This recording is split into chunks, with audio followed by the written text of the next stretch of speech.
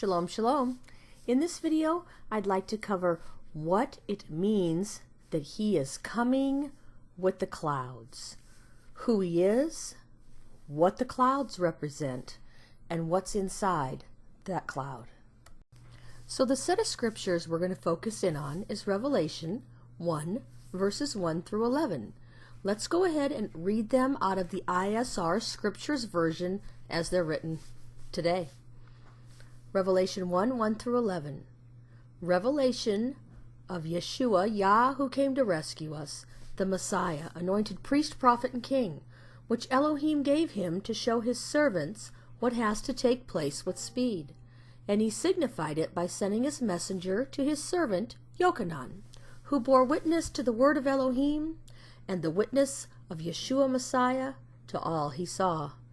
Blessed is he who reads and those who hear the words of this prophecy, and guard what is written in it, for the time is near.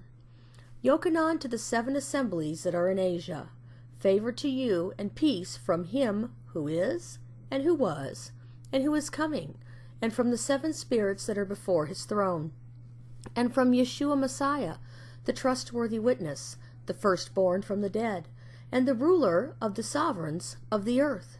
To him who loved us and washed us from our sins in his own blood, and has made us sovereigns and priests to his Elohim and Father.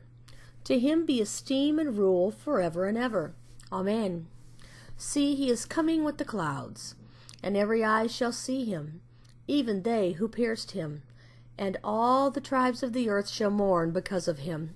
Yes, Amen.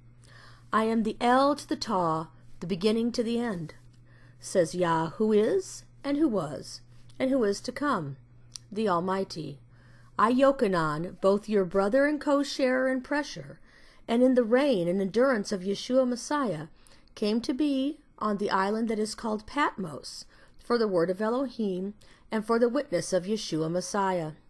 I came to be in the Spirit on the day of Yah, and I heard behind me a loud voice, as of a trumpet, saying, I am the El to the Tav, the first to the last.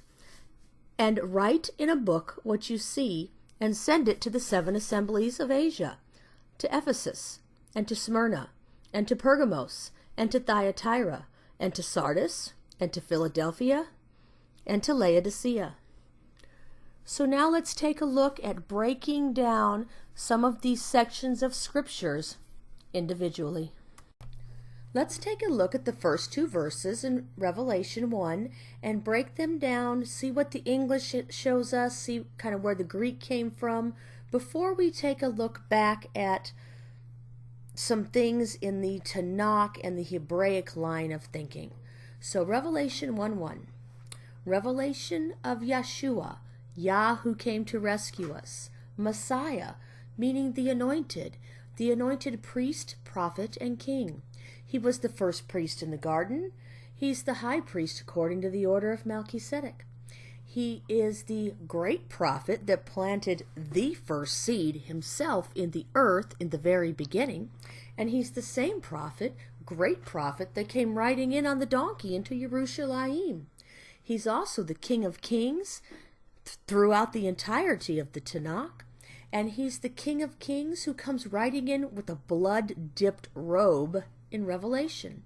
So here we see the revelation is of Yah who came to redeem us, the anointed priest, prophet, and king. And then we see which Elohim gave him. Now we see this word him, and then we see the word him again. We see it's the Greek 846 and 848. So let's take a look at those and kind of see how those came to be in our English versions. If we look at the G846 in the Strongs, we can see the definition there. The reflexive pronoun self used alone or in the compound of 1438 of the third person, and with the proper personal pronoun of the other persons. Okay, so when you look at this actually in the Apostolic Bible Polyglot, it is Greek 1473. So we see a lot of these I, me, my, she, himself, herself, themselves, actually from the Greek, from the polyglot, coming out to be all these different forms throughout the Greek itself. So if we look at this G846, we find this himself, not just him for this word, but himself is translated in Matthew 27:57, Mark 6:17, Mark 12:36-37, Luke 3:23. So it's not always just translated as him. It just depends on what the translator wanted to translate it as. According to BibleHub.com, the New American Standard Bible actually translates this word 83 times as himself. So looking at the Strong's G848, the next Greek number for him in verse 1, we see that it's a contraction for 1438, self. We see that's used as himself. I just put one instance, Matthew 6:4. And when we look at the Strong's G1438, it's almost exclusively translated as himself. So we see right here in this very first verse, revelation of Yah who came to redeem us, the anointed high priest, greatest prophet, and king of kings, which Elohim gave himself. It's not he gave it to himself. He's giving the revelation himself to show his servants what has to take place with speed. Whose servant are we? How many masters are we serving? And he signified it by sending his messenger to his servant Yochanan.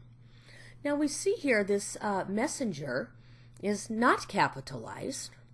In my opinion, it should be, because we also see this same word used for messenger. We're going to see it later on, where it refers to Yeshua Messiah himself.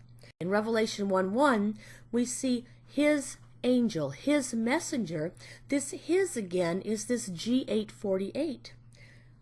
By sending himself, the messenger, himself as the messenger to his servant Yochanan, who bore witness to the word of Elohim and the witness of Yah who came to redeem us, the anointed priest, prophet, and king, to all that he saw. So here we can see the Greek analysis of the first part of verse 1, revelation, Yeshua, Messiah, which gave himself, Elohim, to show the bondservants. Continuing on, to show the bondservants himself what things it behooves to take place in quickness, and he signified, having sent through the messenger himself to the servant of him, Yochanan. Looking at verse 2, just to put this into perspective, who testified the word, we see there's nothing there for of, even though we see it in the next line. Again, we see the 3588E in the fifth column down that I went over in the last video on binding and loosing. You can go watch that and kind of get a better idea of this the and of and this and that that's going on here. Who testified the word Elohim, the word this Elohim, the word the Elohim, and to the testimony of Yah who came to rescue us, the anointed priest, prophet, and king, as much as he saw. So when we take a look at this, we see that the perspective that we have on it will change what we see and how we look at it in English. But we need to prove this back in the Hebraic language, the Hebraic concept, and a Hebraic culture. So as we go through this, we're going to see if this is a proper translation, Greek and English, or not. So I'm going to read the first three verses again, how they should be Hebraically translated from a Hebraic mindset. Revelation of Yah, who came to rescue us, the anointed high priest, greatest prophet, king of kings, which Elohim gave himself. He gave it himself to show his servants what has to take place with speed. And he signified it by sending the messenger himself to his servant Yochanan, who bore witness to the word of Elohim, the word Elohim, the word this Elohim, the word the Elohim, and also even the witness of Yah, who came to redeem us, the anointed priest, prophet, and king, to all that he saw. Blessed is he who reads, and those who hear the words of this prophecy, the words of the prophecy, and guard what is written in it, for the time is near. So in here we see that, and as we take it back to the Hebrew, we're really going to see the oneness of Yah, Messiah, Yeshua, Elohim, his word, the El to the Ta, the complete fullness and oneness of the word himself. We're going to talk about a few more things before we put the fullness of the Hebraic understanding together on this, just so we've got a clear picture of what's being said here, so that when we take it back to the Tanakh, there'll be no mistaking what we're seeing.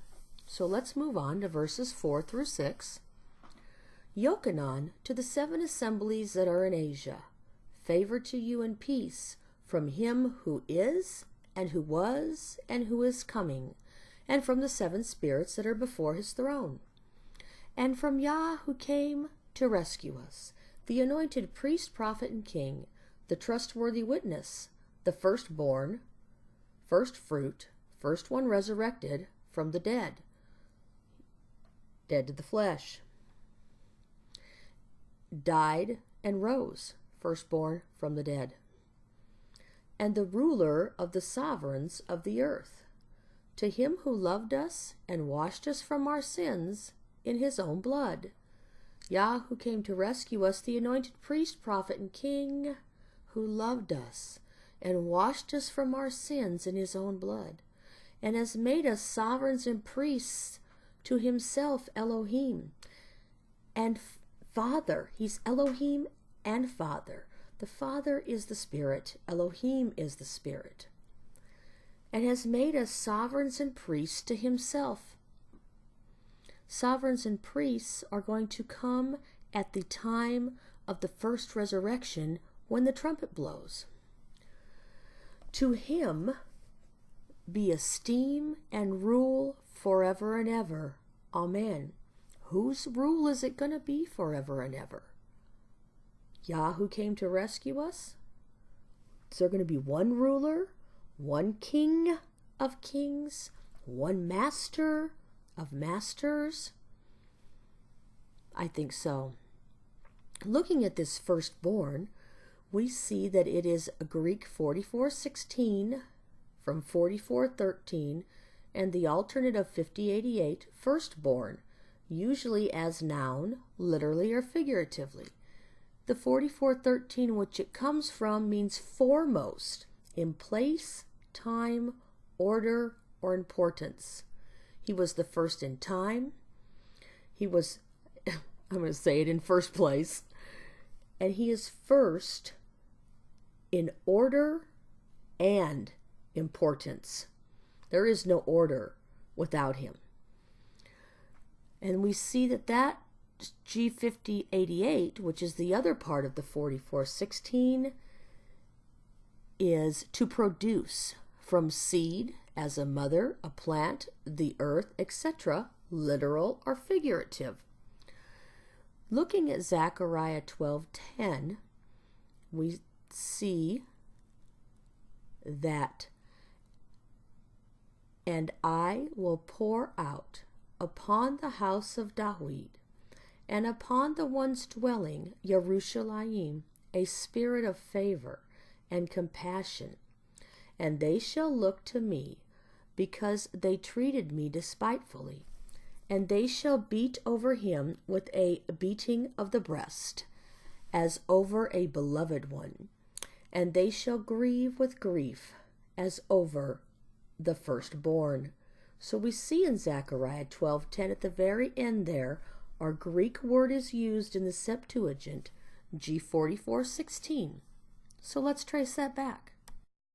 We can see here in our King James, it goes to the Hebrew word 1060. And in the Strong's, it is Bakor from 1069, firstborn, hence chief. We see in the ancient Hebrew lexicon, it's 2016C, first fruit, the firstborn son of a man or animal. He was the firstborn of all creation, and he was the firstborn of the dead. He is the first fruit. We see at the root line up there, the concrete is first fruit. The first fruits of the crop are the womb. Yah, who came to rescue us, was the firstborn of all creation, because you can't create something from nothing, and there was nothing else there but Yah to begin with. Because if there was something else there, then we'd have to wonder what made that something else that was there. And that's Creation Defense 101.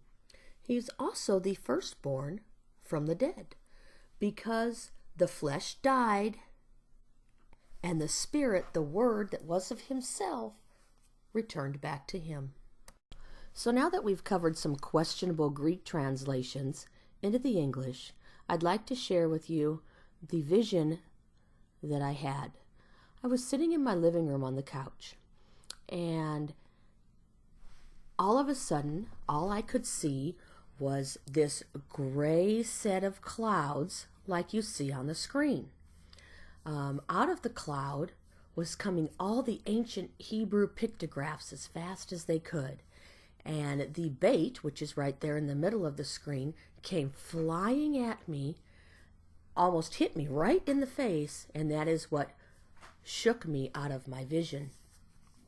So I've been thinking about this for months now, and I decided that it was time to just see if those things might be true in the scriptures, that the cloud and what comes from the cloud were actually this picture of Yah and everything that he was.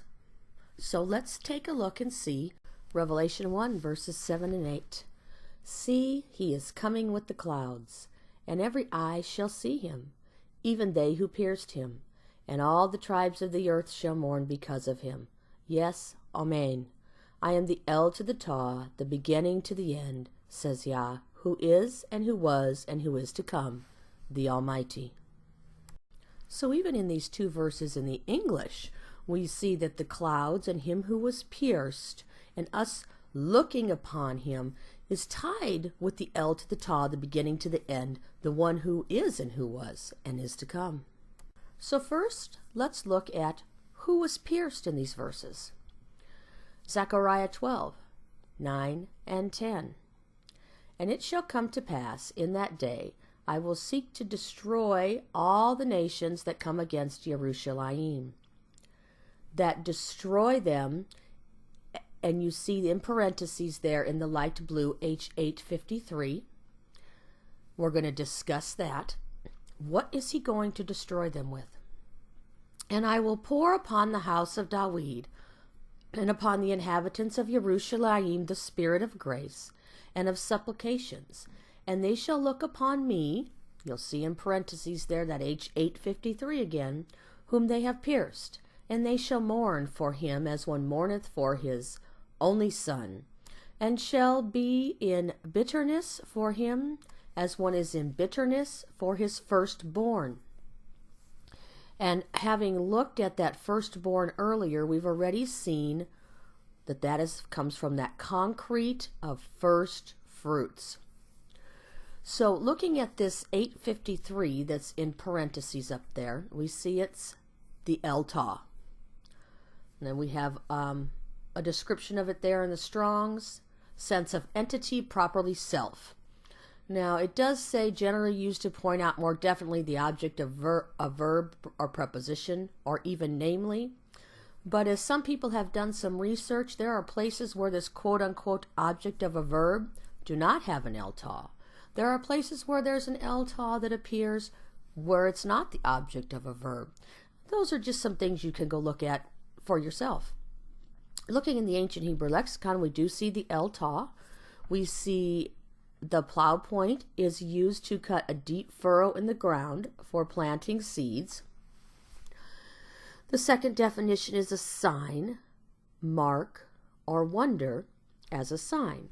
So we go back up to the root. The action is to plow. The concrete is a mark. The L is an ox. The ta is two crossed sticks used to make a sign or a mark.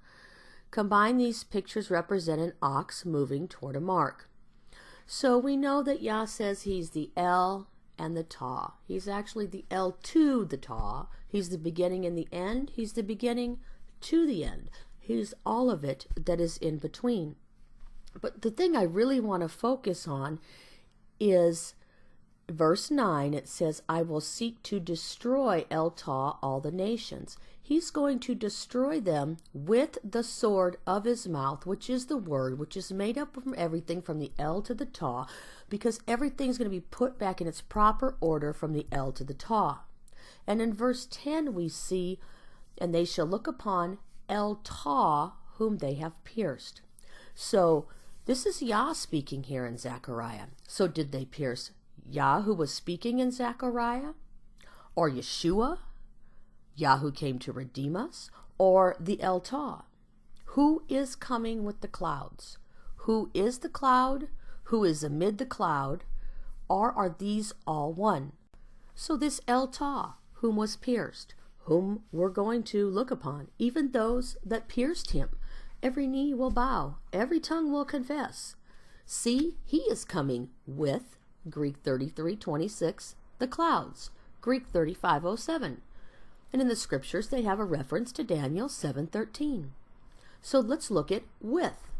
Greek 33:26, meta, a primary preposition, often used adverbally, properly denoting accompaniment, amid, local or casual. He is coming amid the clouds. Tracing it back to Psalm 91:15 in the Apostolic Bible Polyglot, we see the word with goes to the Hebrew 59:73. And we can also see it again at Psalm 46:7. So let's read it at Psalm 91:15. He shall call upon me, and I will answer him. I with him in trouble. I will deliver him and honor him. And at Psalm 46:7, Yah of hosts is with us. The Elohim of Jacob is our refuge. Taking a look at this word with, Hebraically, the Strong's Hebrew number 5973, I'm not sure I'm totally convinced that it was an ancient Hebrew word. However, it is what we have, and it is what we have to work with. I think the interesting thing is, even if you took the with out of the verse with in Revelation 1:7, you would still see he is coming the clouds. So either way, it says the same thing. But since we have this with that we need to work with in the moment, here's what it looks like from a Hebraic thought. Comes from H6004, adverb or preposition with, that is, in conjunction with, in varied applications, specifically, equally with. He is equally with the cloud that he is coming with. In the ancient Hebrew lexicon, we see it's 1358 MN. At the N, we see it's just with. At the M, we see the concrete is with, through the idea of being together in a group. The 1358 is the ayin mem. The concrete is people. The pictograph ayin is a picture of the eye. The mem is a picture of a sea representing a mass. Like water maybe in a cloud. Combined, these mean see a mass. A large group of people in one location. So it doesn't always refer to people. Some of it's got to do with other parts of this ancient Hebrew root line that we don't see here on the screen. So just thinking of him being with this cloud. He is equal with this cloud.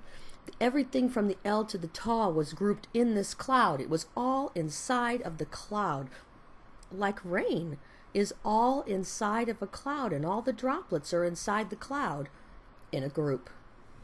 So since we see him being amid or equal with the clouds, let's take a look at the clouds. In the Greek, it's 3507, properly cloudiness, that is concretely a cloud. It comes from the 3509 primary word, a cloud. We see it went back to Daniel 7:13. We'll read it here in the King James. That would be the second Daniel 7:13.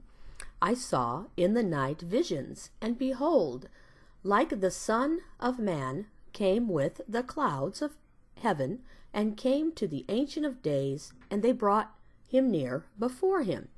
So first we're going to take a look at this word clouds. It's the Strong's H6050. It's Anan in the Chaldean or the Babylonian language, corresponding to the Hebrew H6051. Anan from 6049, a cloud, as covering the sky. That is the nimbus or thundercloud. And when I had this vision, this was the exact cloud that I saw, was the nimbus cloud. And at the time I had no idea that the word nimbus was even in this definition. So I find that absolutely amazing that the exact type of cloud and the exact form that I saw is actually what it's referred to in the Strong's definition. Looking in the ancient Hebrew lexicon of the Bible by Benner, we can see that the cloud is at 1359 BN. And at the N, which is highlighted in light blue, we see that it from right to left, it's the Ayin Nun cloud, as watched to tell the weather.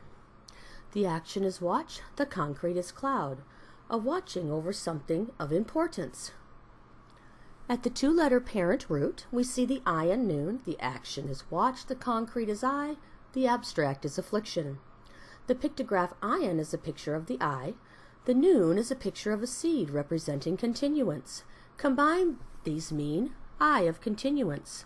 The nomadic agriculturalist carefully watches over his livestock and crops by keeping a close eye on them. It was common to construct a shelter consisting of a roof on 4 posts as a shelter from the glare of the sun. There is so much in that definition, I don't even know if we can cover it all. But the one thing I want to point out is that as watched to tell the weather, I think it's very interesting that we found Yeshua saying, you can tell the weather, but you can't even see the signs of the times. Now, when considering this Ayin Nun, we know it's the eye of continuance. So we see that Yah, or covering, is watching Ayin over us continually noon. His seed, the other Nun, the Word, the Torah, himself, everything from the El to the Taw. The Word is the seed. The Word is made up from everything from the El to the Taw in its proper order, goes out throughout all the earth. He keeps a close eye on his sheep and his ox, those he is yoked with, on those being prepared for the harvest, the crops. He has constructed a shelter for us now, fence posts to stay in, the proper order of the El to the Taw. There will be a shelter, a sukkah, a place of shelter, a tabernacle with him.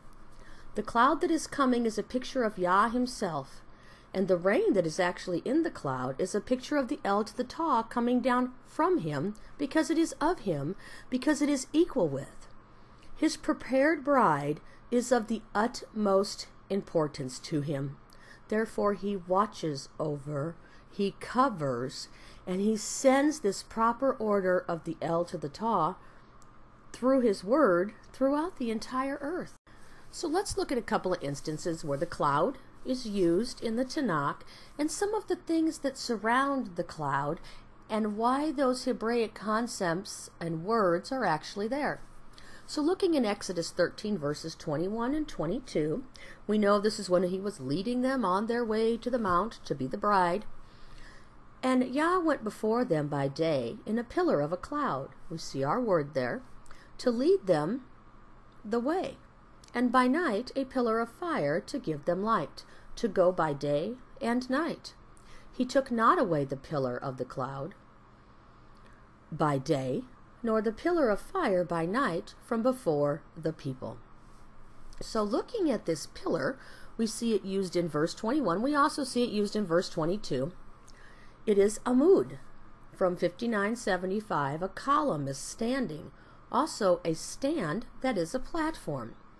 In the ancient Hebrew lexicon, we find it at 2550D, and it's there in the light blue. It's a pillar in the sense of standing. You can rest assured that he stands.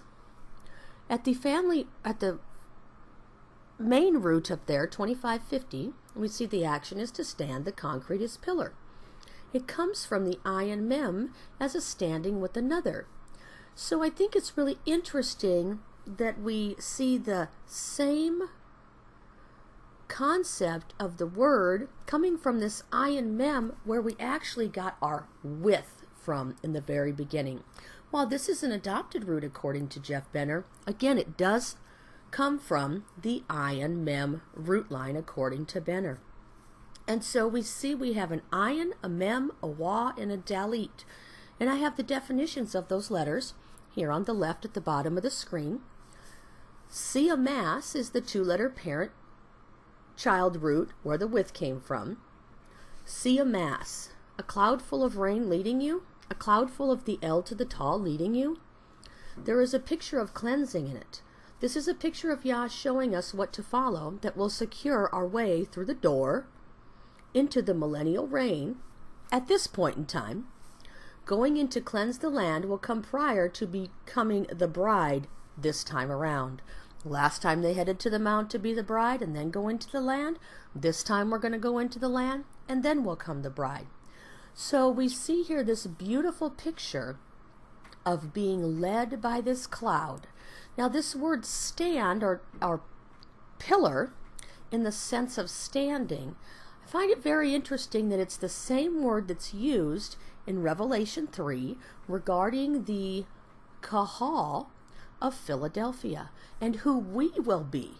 We will be in the same sense a pillar, a standing.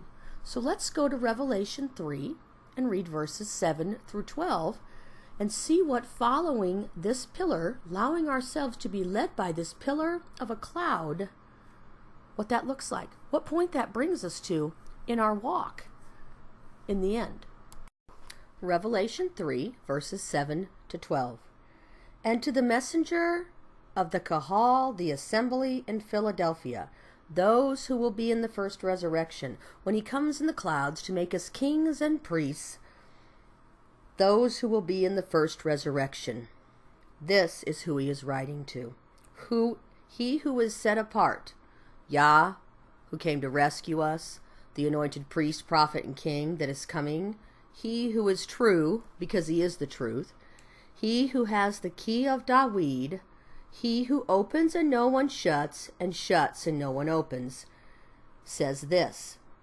When he opens and no one shuts, and shuts and no one opens, we're looking at the key to the door to the millennial reign as we see it in Yehezkel's temple when we go up those 8 steps and walk through the door into the holy place as kings and priests. I know your works. You must be doing these works with brotherly affection, because that's what Philadelphia means. See, I have set before you an open door into the millennial reign, and no one's going to shut it. You have little power. Yes, I feel like he's wearing out the saints some days, the set-apart ones. Yet have guarded my word, and have not denied my name. See, I am giving up those of the congregation of Hasatan, who say they are Yehudim. Maybe even they say they're Israelites, and are not, but lie. Maybe some of them are tares among the wheat. See, I am making them come and worship before your feet, and to know that I have loved you, because you have guarded my word. Everything in his word is made up from the L to the Ta in its proper order, because if it wasn't in his proper order, he wouldn't be under the order of the King of Righteousness. He wouldn't be the order of the King of Righteousness, and we wouldn't be under him there. Verse 10. Because you have guarded my word of endurance. Endurance allows us to bring forth fruit. I also shall guard you from the hour of trial, which shall come upon all the world to try those who dwell on the earth. See, I am coming speedily, maybe on a cloud. Hold what you have, that no one take your crown. He who overcomes, I shall make him a supporting post, a pillar. Same word when we trace it back that's used for the pillar of the cloud that led them through the wilderness when they were going to go to the mount to be the bride. In the dwelling place of Elohim, and he shall by no means go out. And I shall write on him the name of my Elohim, and the name of the city of my Elohim, the renewed Yerushalayim. Almost like the new Yerushalayim coming down like a bride adorned for her husband. First, we have to get into the first resurrection in order to be the bride. Then the second death will have no power over us, which comes down out of the heaven from my Elohim, my renewed name. He who has an ear, let him hear what the Spirit says to the assemblies. So we see the whole concept here about being led back to Yah has to do with being in the first resurrection, being in the millennial reign, being in the holy place. When the cloud comes and he puts one foot in the sea and one foot on the mount, and he cleanses the land, he goes into the land. Those who are following the truth are going to go right behind him into the land, and the truth is going to reign there because he is the truth. He's been the truth since the beginning. He's be the truth to the end, an everlasting end, and he's the truth all in between. He who was, he who is, and he who is to come. So this shadow picture of a pillar of a cloud that leads them is a picture for us today as we're being led back into the land with the truth. So let's just take a look at a little bit more in this verse just to kind of confirm those things. We see lead or led them in the way. This lead is H5148, nakah, a primitive root to guide, by implication to transport.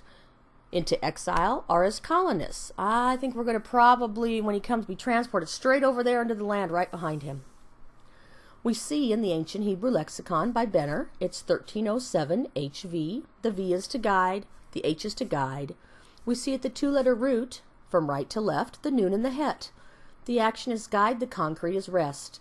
The pictograph nun is a picture of a seed representing continuance. The het is a picture of a wall that separates the inside from the outside.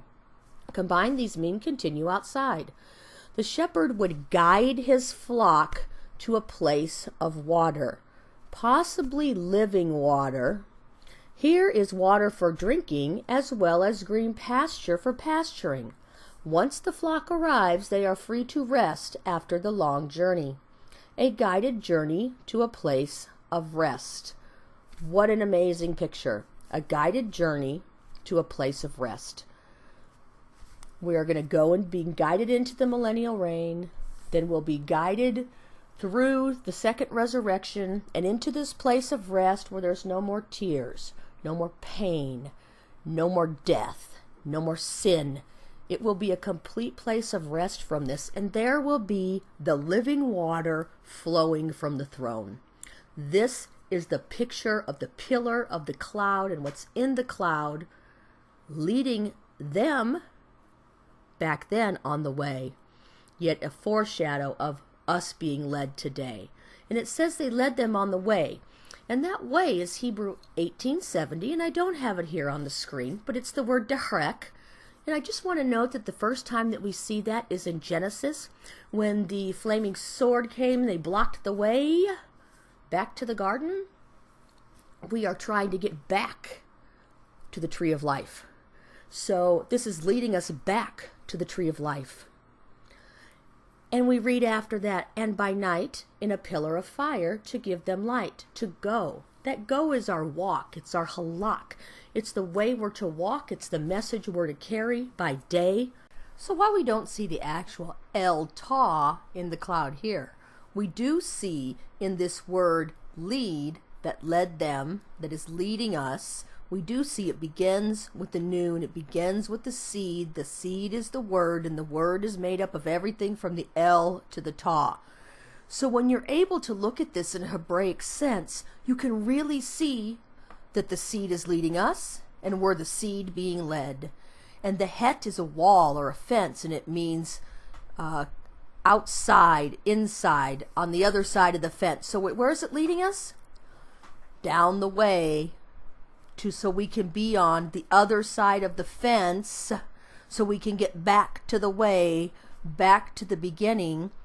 And it's doing that by teaching us how to walk. Everything from the El to the Ta.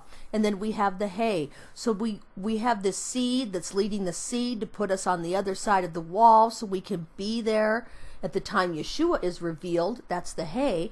And along the way, we are also led in the revelation of all the things that he's told us to do, the commands we're to follow, the way we're supposed to act, so that as we're going along the way, we can be there at the time of his revelation, because we're supposed to be made like him. We're supposed to know him, and we can't know him without the revelation of him. So it's an absolutely beautiful picture just in this one and two, these two verses here, of being, they were led by the cloud, and the foreshadow of what it looks like for us today. Let's take a look at where else we see the same cloud appear. After Solomon was done praying, when he got done building the temple, we see in 1 Kings 8, 10, and 11. And it came to pass, when the priests were come out of the holy place, that the cloud, there we have our cloud, filled El Ta, the house of Yah, so that the priests could not stand, there they are, they couldn't be pillars to minister, not in that moment, because of the cloud, for the glory of Yah had filled with the El Ta, the house of Yah. So let's take a look at this word, what's filling up. It is 1288 EV in the ancient Hebrew lexicon. At the V line, we see to fill. At the E, we see the action is fill. Again, the concrete is first fruits. You can't get away from him being the first fruits, being the El to the Ta, being Yah himself, being Elohim, represented by the cloud that's going around the earth. All the time right now, the clouds go all around and around. A conglomeration of ingredients for filling something up. Everything from the El to the Ta, putting everything back in order from the El to the Ta, is the conglomeration of the ingredients, the language itself, that should be filling everything up. The house of Yah, the temple of Yah, the holy place, the holy of holies. It comes from the two-letter root, Mem, Lam, reading from right to left. The action is to speak, the concrete is a word, and the abstract is continue. A continuation of segments which fill the whole. There will be a day where the whole thing is, when it comes down, the glory fills the temple, the glory fills the house. Every piece of it will be him. So we see, after the word filled in our verse, which is the H4390, we see in parentheses H853, and there again we have our El Ta. Just a quick look at where we first see the El Ta. We see it in the beginning. Genesis 1:1. In the beginning, Reshit, created, Bahra, Elohim. Then we see El Ta, Shemaim, El Ta, Eretz. The first place we see it is when Elohim created absolutely everything. So when he created it, he didn't create it from nothing, and there was nothing else there except for him. Because again, if something else were there, what created that? Where did that come from? We know that nothing cannot create something. We know that existence created everything that exists. Everything was created by and through and for him. So we see this beautiful picture in the cloud with the El Ta contained in it, or even the cloud that was leading them by the seed, which is the word, which is everything from the El to the Ta. We see this picture of oneness everywhere we look in the scriptures, because without him nothing was made that was made. It's impossible. Before moving on to look at the rain that's contained in the clouds, let's trace back to the verse where our verse in Revelation 1:7 came, and he came with the clouds. It went back to Daniel 7:13. So let's look at 13 and 14. I was looking in the night visions and saw one like the son of ENOSH, a coming with the clouds of the heavens. And he came to the Ancient of Days, and they brought him near before him. And to him was given rulership and preciousness and a reign, and that all the peoples, nations, and languages should serve him. His rule is an everlasting rule, which shall not pass away, and his reign that which shall not be destroyed. So looking in the middle section there, we see the King James Plus off the eSword, Daniel 7:13 and 14. I want to look at the words that are in light blue. The first one I'd like to address is the word like. Now, this portion of Daniel happens to be written in Aramaic. So we see that in the second line down, the first Hebrew, quote-unquote, Aramaic-looking word from the right is kabar. We've got a kaf, a bait, and a resh. Because in Aramaic, the word for son is not ben, it's ba'ar. But we know that that translates in the Hebrew to the word ben. I want to consider this kaf at the beginning of the word as a prefix. We know that in Hebrew, kaf can be like or as. So whether it is like or as, it could be like unto the form. It could be as the house's seed of ENOSH as well. So we need to consider the other things that we've seen and that we're going to see, and that actually were in the last video I did on bind and loose, where I talked quite a bit about the difference between ENOSH and Adam. So that's got to do with like.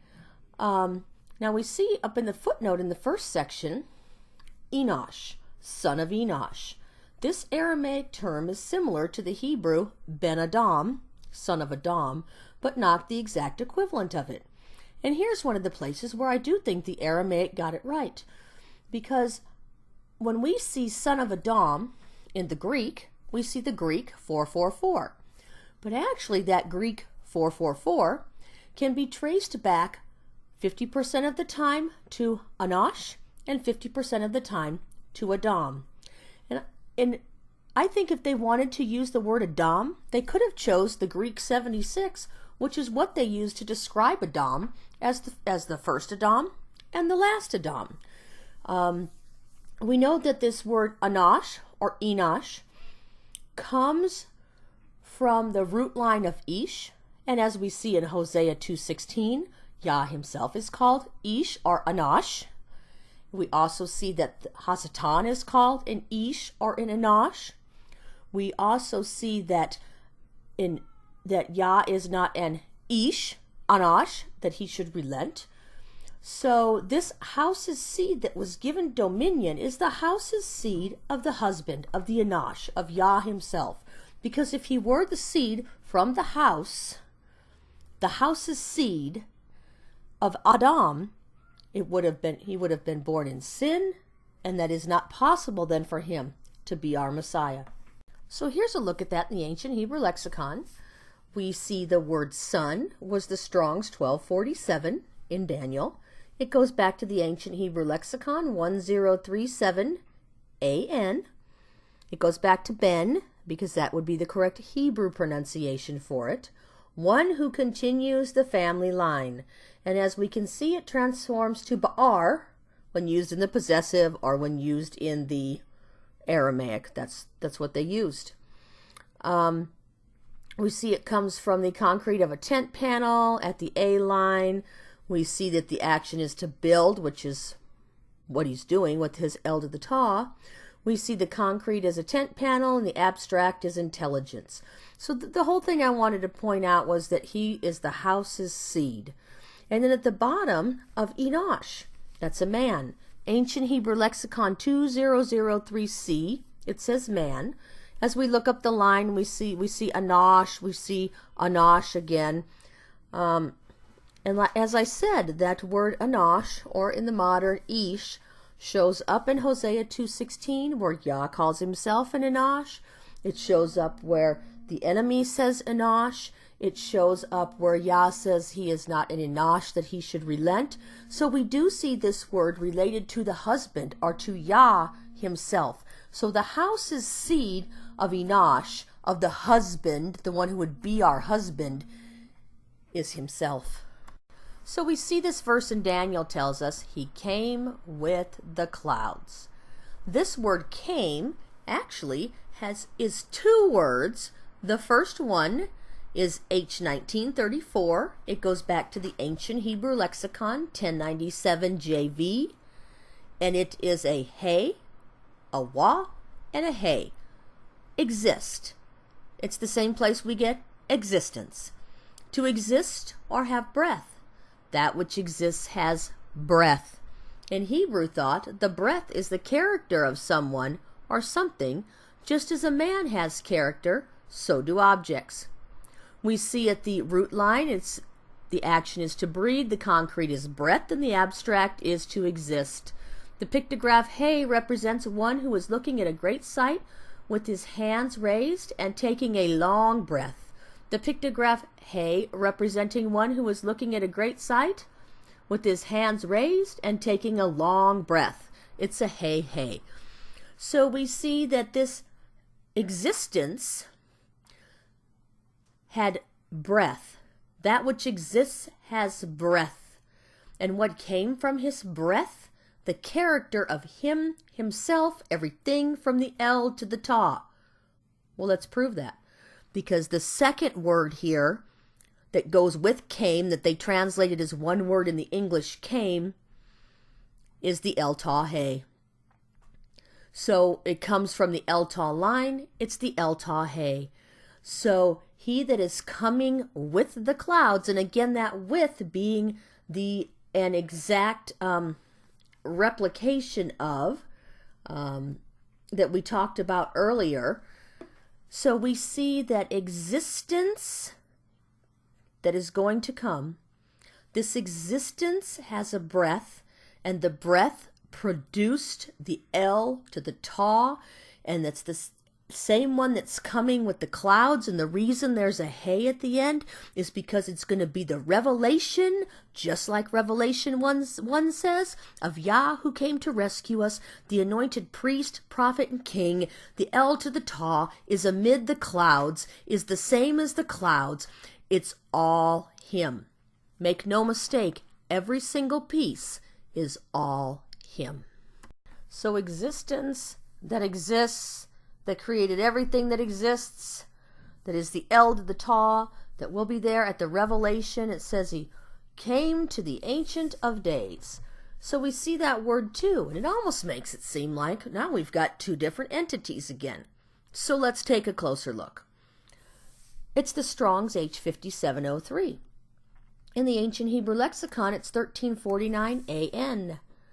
We see at the AN, the first one is a witness, the second is again, a repetition of time, either definite or indefinite. The third one is until, a determinate period of time. This is a definite, determinate period of time and age that will be ending when this happens. If we look at the two-letter root, which is the same as what we're looking at, it's the ayin dalit from right to left. The action is to repeat, the abstract is witness. The pictograph ayin is a picture of the eye.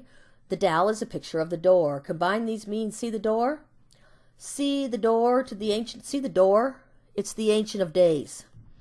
As coming to a tent of meeting and entering in, a place, time, or event that is repeated again and again. Over and over again, we are rehearsing so that the day that we come to this intimate knowledge and go through the door, when he comes in the clouds and we reign as kings and priests, we will go through the door because we know him. You see the door? See the door to the Ancient of Days? Its existence that exists, that is breathed, everything from the El to the Ta, into existence, that we might have the revelation of him, so that as we strive to go through the door into the millennial reign, we know where we are going. It's not to in the English sense of the word to. That's not what it means Hebraically. So aside from its prefixes and its suffixes, what does this before and brought near really look like? What does it really mean from a Hebraic understanding? Looking at the word before, Strong 6925, corresponding to 6924, before. 6924, the front of place, absolutely the forepart, relatively the east, or time, antiquity. He was from antiquity. Often used adverbally, before, anciently eastward. In the ancient Hebrew lexicon, we do see it's an adopted root. It is 2698G. The G is before, sometimes in front or to the face. We also see that it came from the 6924. The first definition is east. The second definition is ancient, a distant past. The third definition is before, in front of or to the face, also a time before. At the root line up there, we see the action is face, the concrete is east, and the abstract is before. The place of the rising sun. The Hebrews recognized the east as the top of the 4 compass points. Contrary, as most things are from English to Hebraic, Western to Eastern, contrary to our understanding of north, and is the direction faced to an oriented direction.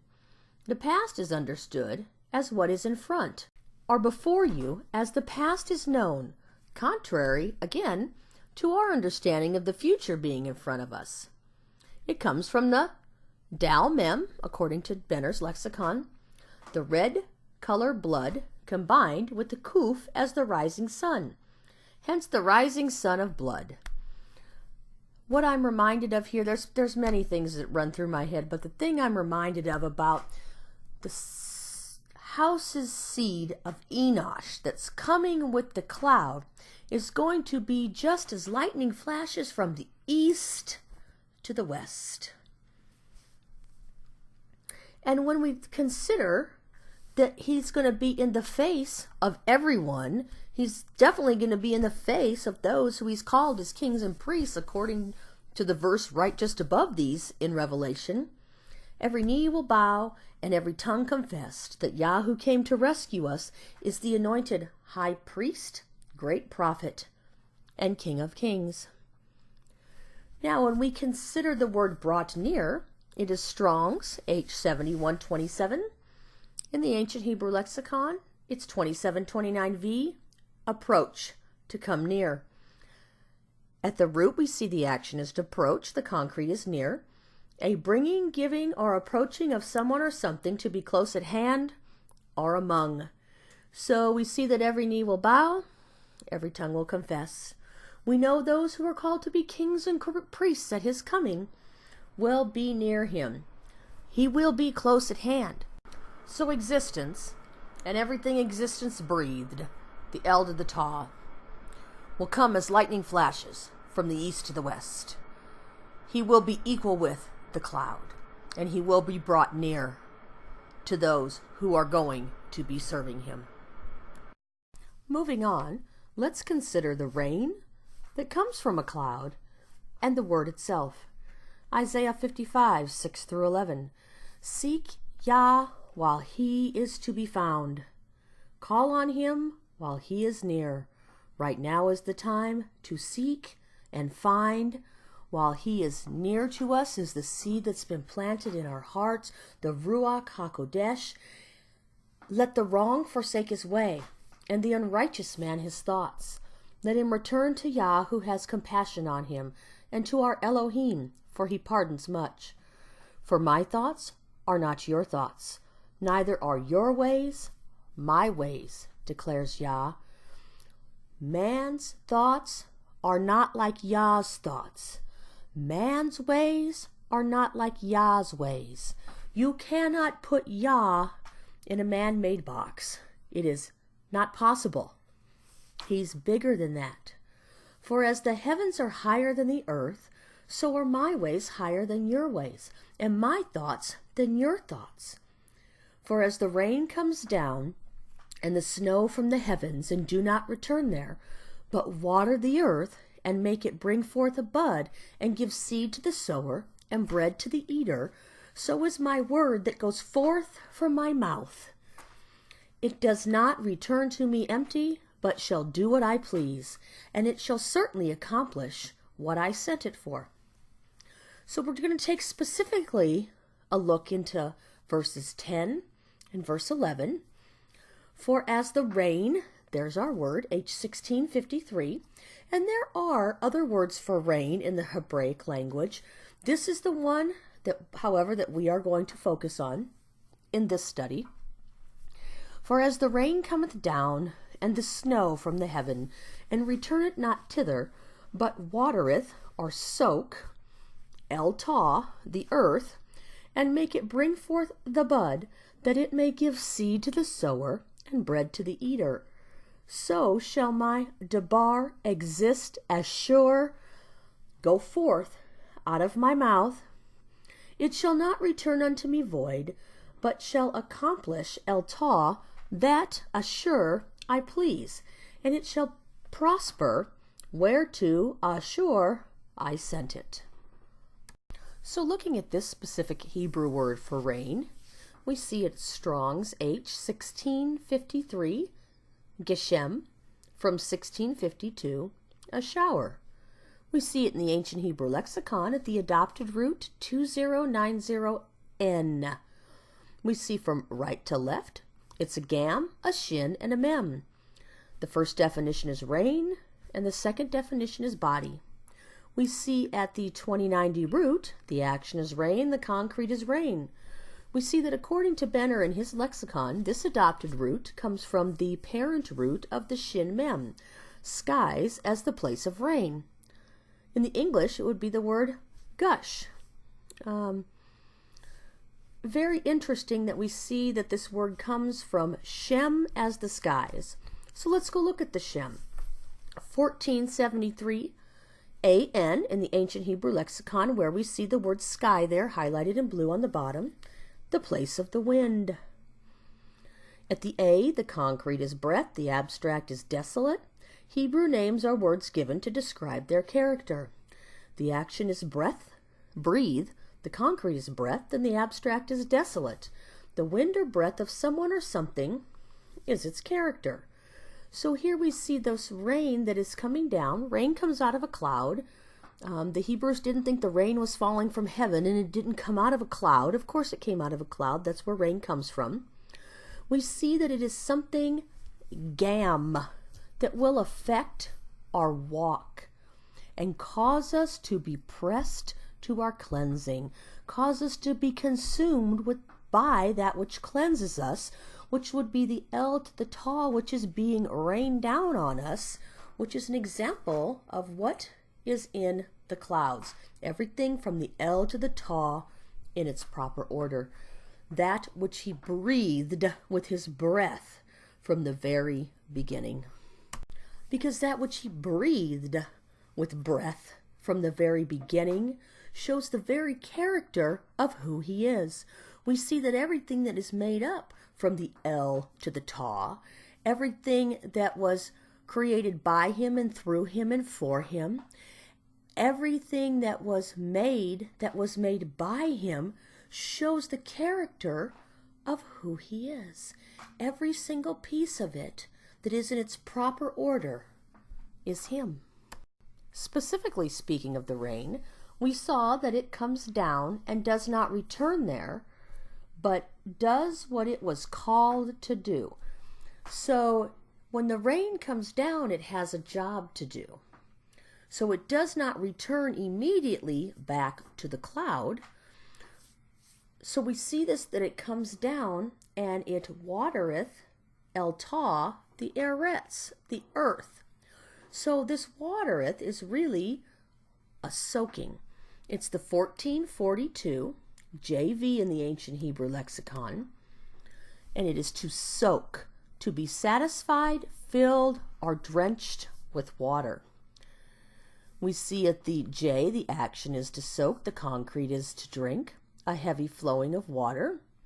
And then we see at the root, the action is also to flow. So it is coming down to soak, or to fill, or to satisfy, because the L to the ta is going to satisfy those things that want to be in order, which is not our flesh, here in the arets. It is going to water that seed that's been planted in the soil of our hearts. It is going to satisfy that and cause that seed to grow into a healthy stalk ready for the harvest. So are we choosing to let that soak in and drink that up or not? And we saw in verse 11 specifically, so shall my debar, word, that which is in order, comes from the concrete of order, because everything was in order from the very beginning. So shall my debar exist, ashur, goeth forth. So his debar, the word that was breathed from the very beginning, existence itself, ashur, yet we see the word is that. That actually is in the ancient Hebrew lexicon at 1480 CN. The N is happy, one who is happy, one whose life is lived straightly. We also see that they have listed it as which, or who, or what, or that. As a rope attaches two objects together, this word links the action of the sentence to the one doing the action. So we see this debar, this word from the L to the ta that comes down and it soaks and it waters the earth, existed, connecting the word itself, his word itself, to that goes forth, that came straight out of him. It is at the C root there, straight. A cord pulled tight is straight. It comes from the two-letter parent root of the shin resh, press, the beginning. So that word that exists, that comes forth for righteousness, that connects everything, is something that has been pressed since the very beginning, and it goeth forth out of his mouth, and returns not void. But it does everything that it was called to do. It shall accomplish El Ta, put everything in the order from the L to the Ta as it was pressed from the very beginning, that he pleases it to. So let's just take a quick look at one more word in this verse. So again, we see the debar that existed, that was pressed from the very beginning, goeth forth. Goeth forth is H3318 in the Hebrew, a primitive root. To go, causatively. Bring out, in a great variety of applications, literally and figuratively, direct and proximate. In the ancient Hebrew lexicon, we see it at 1392 LV. The V is go out. To go, come, or issue out. At the L, we see the action is to issue. The concrete is excrement. This would definitely be the opposite of excrement in a human sense. And issuing out of one place to another. So we see here from right to left the yod, the zod, and the L. The yod, the hand, can be to make or to work or to worship or to throw.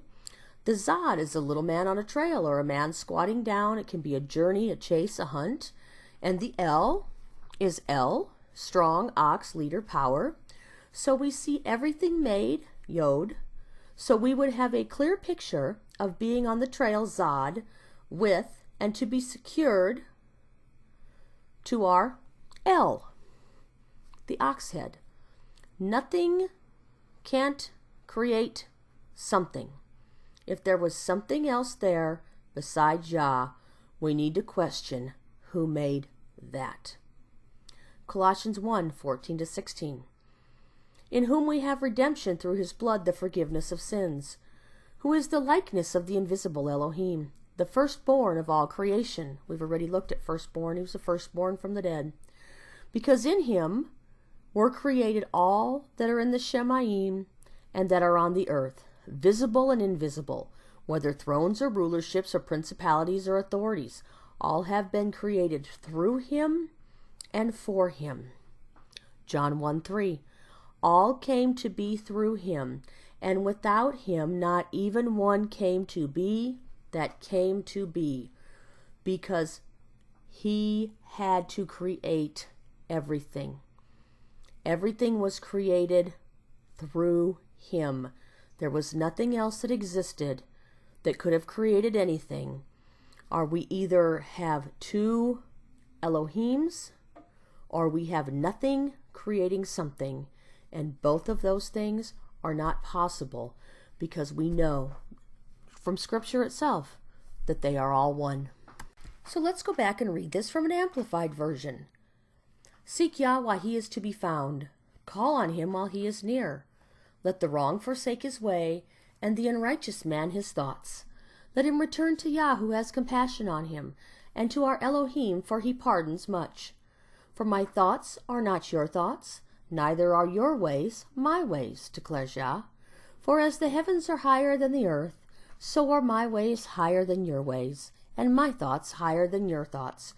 For as the rain, the proper order of the El to the Taw that teaches us how to walk and be consumed in our cleansing, comes down, and the snow from the heavens, and do not return there, not immediately, it does its job, but water. It soaks with the El to the Taw, the Eretz, the people, the ground of their hearts, and make it bring forth a bud, and give seed to the sower and bread to the eater. So is my word, Debar, the proper order that's existed from the very beginning, is righteousness, and presses that which was from the beginning, goes forth for you to be aware of everything made to keep you on the trail or the journey, and secure you to El, to me, he says. All that came out of my mouth. It does not return to me empty, but shall do what I please, and it shall certainly accomplish everything in its proper order from the El to the Taw, what I sent it for. Hebrews 6, verses 1 to 12. Therefore, having left the word of the beginning of the anointed, high priest, great prophet, King of kings, let us go on to perfection. Let us become mature. Let us grow up. Let us become spotless and blameless by getting everything in order in our lives from the El to the Taw, the order that Yah would want us to have it in. Not laying again the foundation of repentance from dead works, and of belief toward Elohim, of the teaching of immersions, and of laying on of hands, and of the resurrection of the dead, and everlasting judgment. And this we shall do, if Elohim indeed permits. For it is impossible for those who were once enlightened, and have tasted the heavenly gift, and have become partakers of the Ruach HaKodesh, and have tasted the good word Elohim, and the powers of the age to come, and fall away, to renew them again to repentance, having impaled for themselves the house's seed, Elohim, again, and put him to open shame. For ground that is drinking the rain often falling on it, and is bearing plants fit for those by whom it is tilled, receives blessing from Elohim. Sounds to me like that's what kind of ground we want. Tillable ground that is bearing plants fit for the kingdom. But if it brings forth thorns and thistles, it is rejected and near being cursed, and ends up by being burned. Seems like quite the end. Seems like we should be allowing it to soak up and drink it in, so we can bear plants fit for the kingdom. But although we speak in this way, beloved, we are persuaded concerning you of better matters which possess deliverance. For Elohim is not unrighteous to forget your works and labor of love, which you have shown toward his name, in that you have attended to the set-apart ones, and still attend. We need to attend to the set-apart ones, and continue to attend to them. And we desire that each one of you show the same eagerness to the entire confirmation of experience until the end, in order that you do not become sluggish, but imitate those who through belief and patience inherit the promises. We want to be found going on to perfection, not laying the same things that we laid in the beginning, but becoming mature and spotless and blameless by getting everything in order from the L to the Ta. We want to allow the rain to fall on us and to be complete whole heads for the harvest, and passing those along to others, attending to the set apart ones and continuing to attend to them. So, Yah who came to rescue us, the anointed priest, prophet, and king, the El to the Ta, has come amid the clouds, and we are in the rain with him, kings and priests. Zechariah 14:16 through 19. And there'll be people left out in the nations, whom we are to minister to. And it shall be that all who are left from the nations which came up against Yerushalayim shall go up from year to year to bow themselves to the sovereign Yah of hosts, to celebrate the festival of Sukkot. And it shall be that if any one of the clans of the earth does not come up to Yerushalayim to bow himself to the sovereign Yahweh of hosts, on them there is to be no rain. And if the clan of Mitzrayim does not come up and enter in, then there is no rain on them. On them is the plague with which Yah plagues the nations who do not come up to celebrate the festival of Sukkot. This is the punishment of Mitzrayim, and the punishment of all the nations that do not come up to celebrate the festival of Sukkot. Can this be literal rain? Of course it can.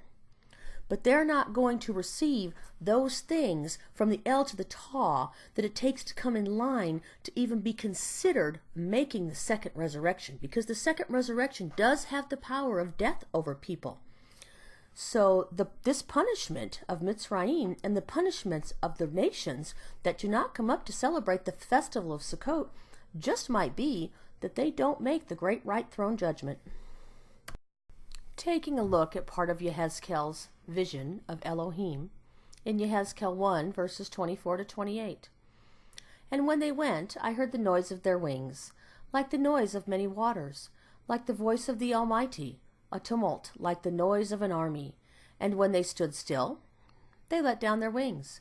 And a voice came from above the expanse that was over their heads. When they stood, they dropped their wings. And above the expanse over their heads was the likeness of a throne, in appearance like a sapphire stone. And on the likeness of the throne was the likeness as the appearance of a man high above it.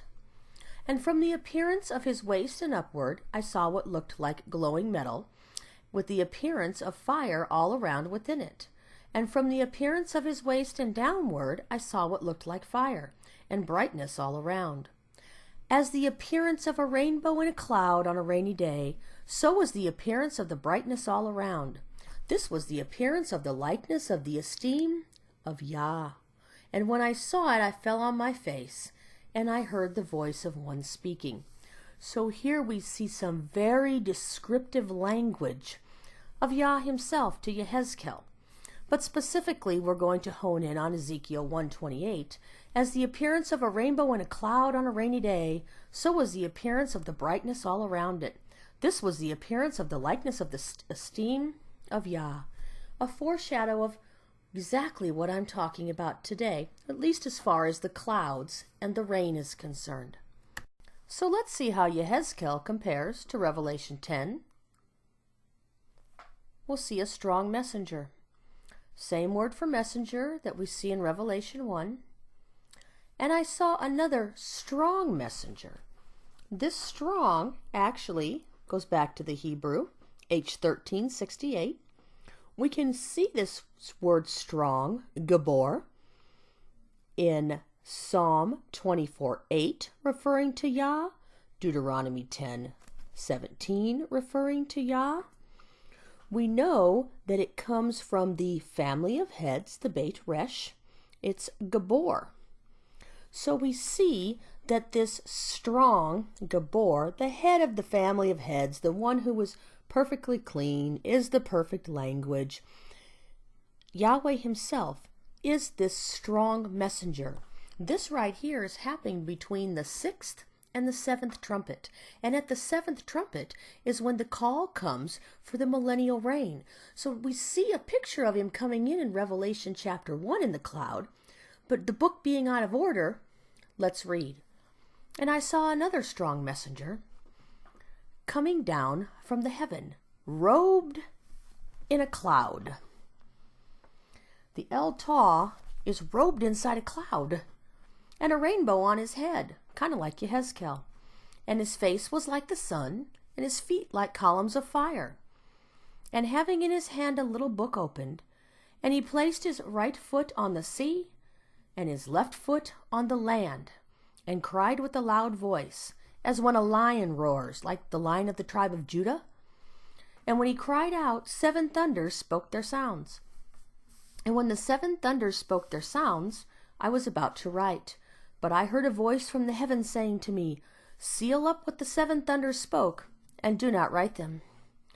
And the messenger whom I saw standing on the sea and on the land lifted up his right hand, his power, strength, and authority, to the heavens, and swore. And we see he swore by him who lives.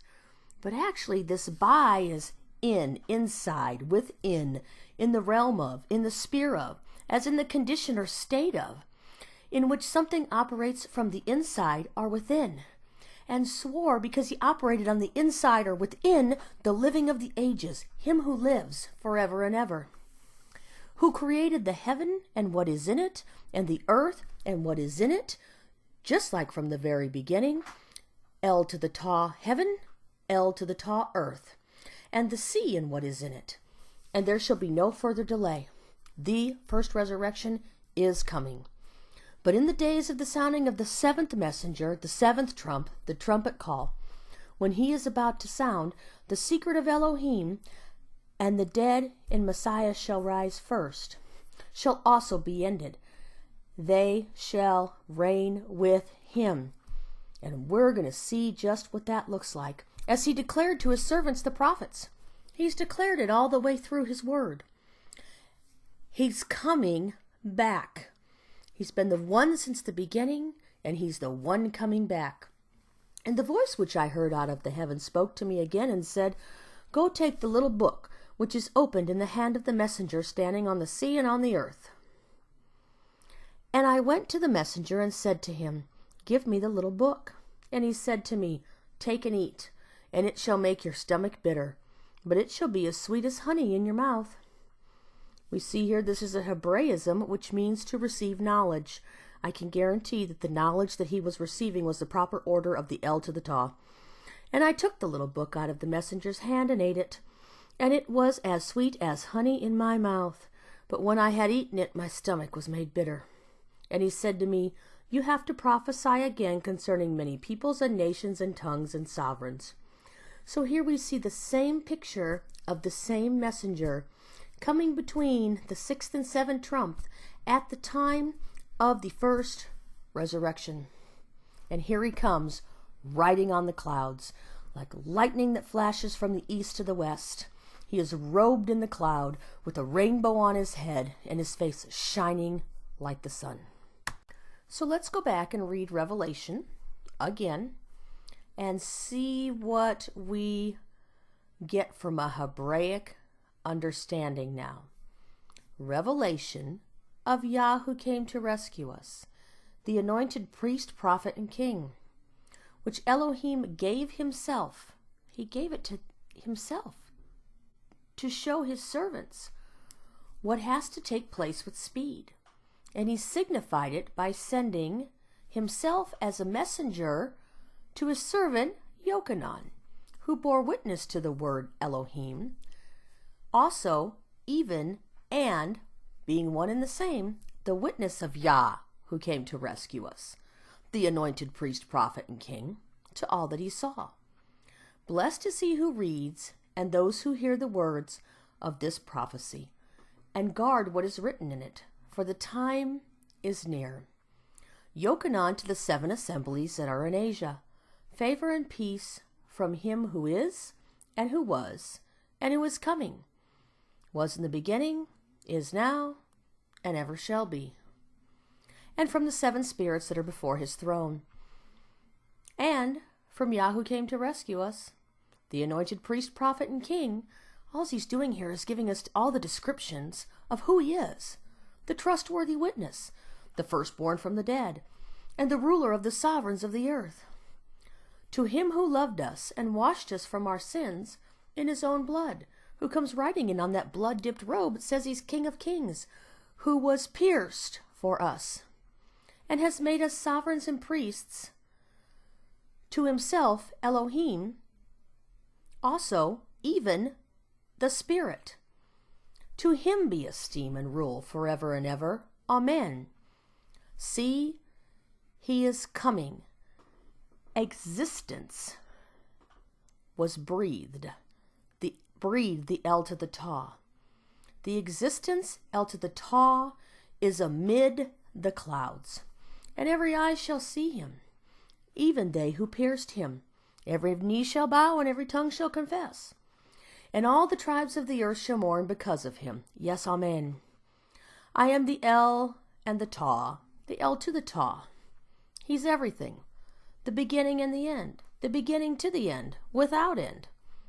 Says Yah, who is and who was and who is to come, the Almighty. I, Yochanan, now he's speaking to us, both your brother and co-sharer in pressure, and we know we've got pressure, and in the reign and endurance of Yah who came to rescue us, the anointed priest, prophet, and king, came to be on the island that is called Patmos, for the word Elohim, and even also the witness of Yah who came to redeem us, the anointed priest, prophet, and king. I came to be in the Spirit on the day of Yah, and I heard behind me a loud voice, as of a trumpet, saying, I am the El to the Taw, the first to the last, and write in a book what you see, and send it to the 7 assemblies of Asia, so that they could get themselves in order, in the proper order of the El to the Taw. Hey, here's what y'all got going on. Hey, here's what you need to straighten up. To Ephesus, and to Smyrna, and to Pergamos, and to Thyatira, and to Sardis, and to Philadelphia, who didn't have anything to straighten up, and to Laodicea. And I turned to see the voice which spoke to me, and having turned, I saw 7 golden lampstands, and in the midst of the 7 lampstands, one as the house's seed of ENOSH, of the husband, dressed in a robe down to the feet, and girded about the chest with a golden band. And his head and hair were white as white wool, as snow, and his eyes a flame of fire, and his feet like burnished brass, as if refined in a furnace, and his voice as the sound of many waters. Rest assured, the one who is coming, existence, the El to the Taw, is amid the clouds. He is all one, and there will be a day that every knee will bow and every tongue will confess that Yah who came to redeem us is the high priest from the beginning, the high priest in the end, the great prophet from the beginning, the great prophet in the end, the King of Kings from the beginning, and the King of Kings in the end. Let us be ever watching for the one who is coming with the clouds.